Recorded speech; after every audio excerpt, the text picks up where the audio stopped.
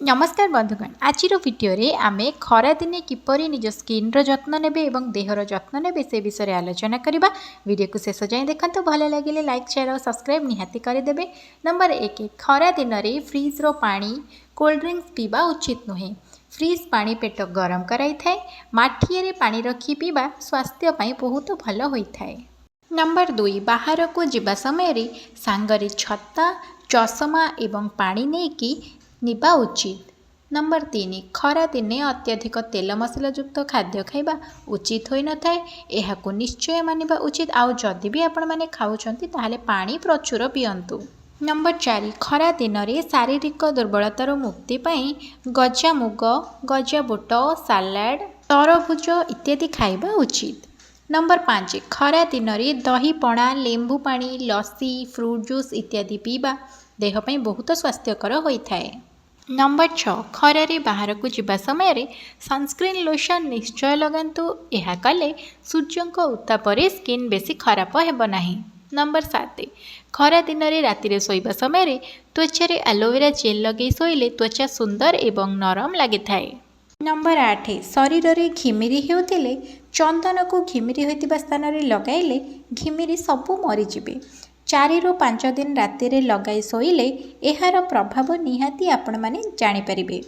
Number 9 अत्यधिक खरा रे मुह पोड़ा जला हेउतिले बरफ घसिले एहा भल होई थाए किंबा नॉर्मल पानी रे मुह धोई एलोवेरा जेल टमाटो रस आलू रस एवं काकुड़ी रस लगाइबा द्वारा मुह पोड़ा जला भल होई थाए। नंबर 10 खरा दिन रे झाल बहुतिबा समय रे सांगे सांगे गाधोइबा उचित नुहे। एहा देहर उत्ताप वृद्धि करि थाए। नंबर 11 खरा दिने शरीर को ठंडा करबा पई अधिक मात्रा रे तरभुज काकुड़ी कमला पैड़ पानी इत्यादि खाइबा एवं पीबा उचित। नंबर 12 खरा दिन रे दिन को थरे पखाळ भात खाइले पेट ठंडा रही थाए। जेउ मानकर ठंडा शरीर से माने पखाळ भात खाइबा उचित नुहे।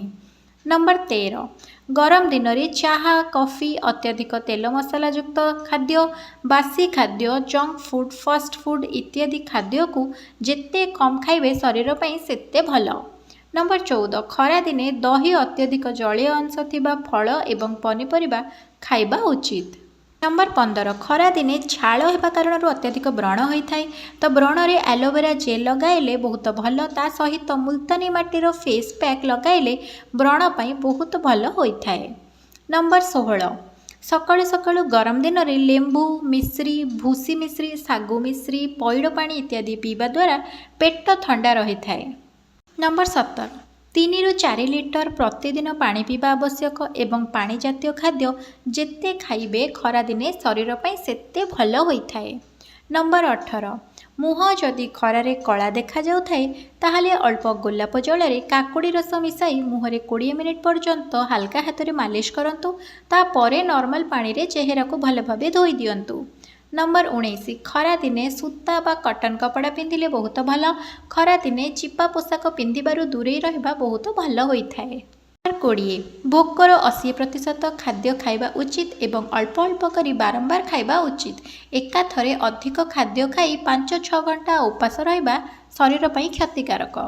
नंबर 21 अधिक समय खरारे रहिले देह खराब हेबा सह बहुत दुर्बल मध्य लागि थाए एवं स्किन कला पड़ी जाए।